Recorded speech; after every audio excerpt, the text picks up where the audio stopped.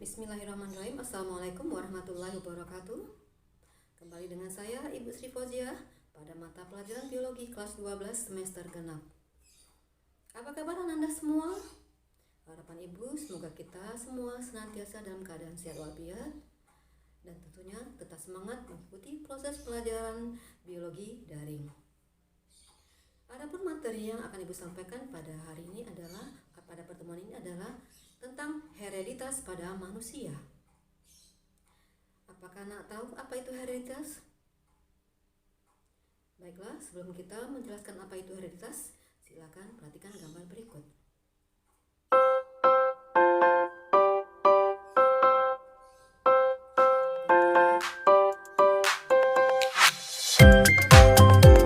Apa pendapat kalian mengenai gambar tersebut? Ya, ada sebuah keluarga dengan sepasang suami istri dan anak-anaknya. Istri berambut keriting, suaminya tidak. Dan sementara anak-anaknya ada yang berambut keriting, ada yang tidak. Lalu warna kulit gimana? Iya, warna kulitnya ibu warna kulitnya gelap, ayah warnanya terang. Dan sebagian anak-anaknya ada yang berwarna gelap dan ada yang terang. Mengapa itu terjadi? Iya, karena sifat-sifat tersebut diwariskan dari kedua orang tua. Nah, warisannya bagaimana? Karena ada gen. Lalu, apa itu hereditas? Nah, hereditas adalah proses pewarisan sifat dari induk kepada keturunannya melalui gen. Nah, apa tujuan pembelajaran kita pada pertemuan ini? Nah, tujuan pembelajaran kita pada pertemuan ini pertama adalah untuk peserta didik mampu menjelaskan mengenai penentuan jenis kelamin pada manusia. Yang kedua, peserta didik mampu menganalisis kelainan atau penyakit yang diwariskan melalui autosom. Nah, untuk memahami materi tersebut, silakan simak video pembelajaran berikut. Tutup.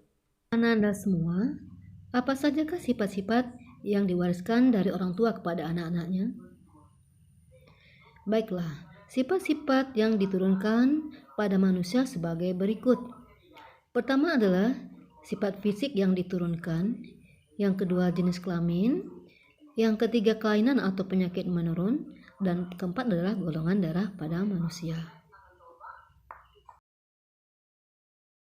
Kita mulai dari yang pertama, yaitu sifat fisik yang diturunkan. Seorang anak biasanya mempunyai beberapa sifat fisik yang sama dengan orang tuanya. Pernahkah kalian perhatikan bentuk daun telinga? Samakah dengan bentuk daun telinga orang tuamu? Apakah menggantung ataukah melekat daun telinganya?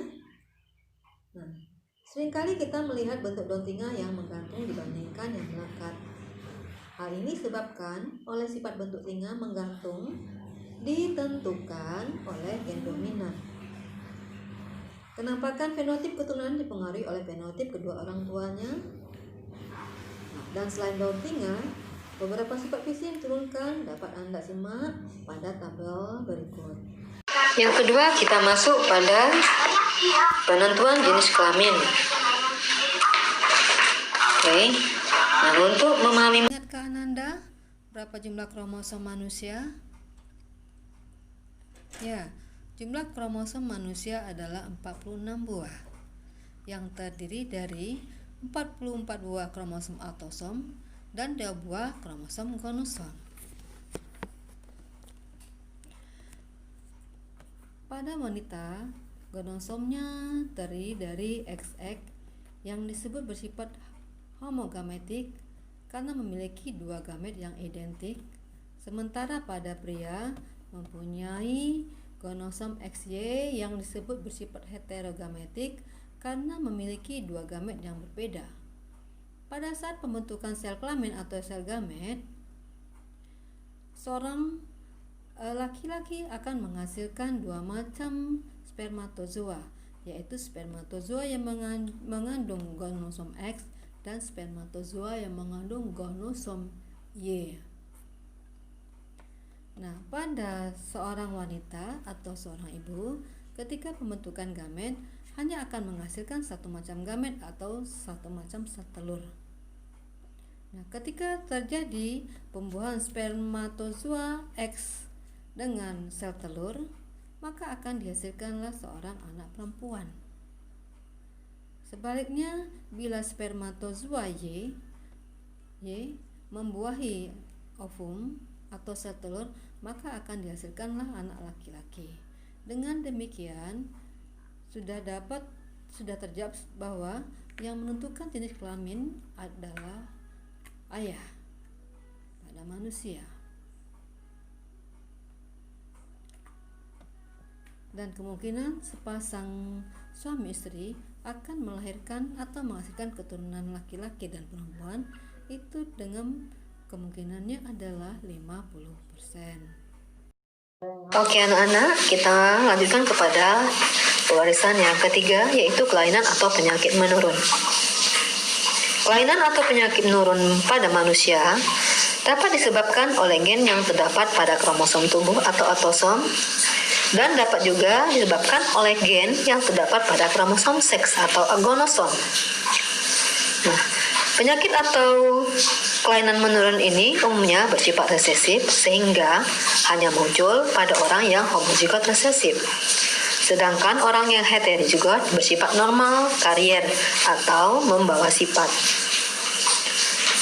Dan ciri-ciri kelainan atau penyakit menurun itu sendiri sebagai berikut. Pertama, tidak menular. Kemudian kedua, sulit atau bahkan tidak dapat disembuhkan. Tetapi dapat diusahakan agar tidak terjadi pada generasi berikutnya. Oke. Nah, pada pertemuan ini Ibu akan membahas mengenai kelainan atau penyakit yang diturunkan melalui autosom. Silahkan simak gambar berikut. Nah, beberapa contoh kelainan atau penyakit yang diwariskan melalui autosom. Pada gambar bisa kalian lihat, bisa Ananda lihat, ada albino, katarak, polidaktili, dan sebagainya. Nah, pada pertemuan ini yang kita bahas adalah pada pewarisan sifat albino dan bagaimana mekanisme pewarisan sifatnya.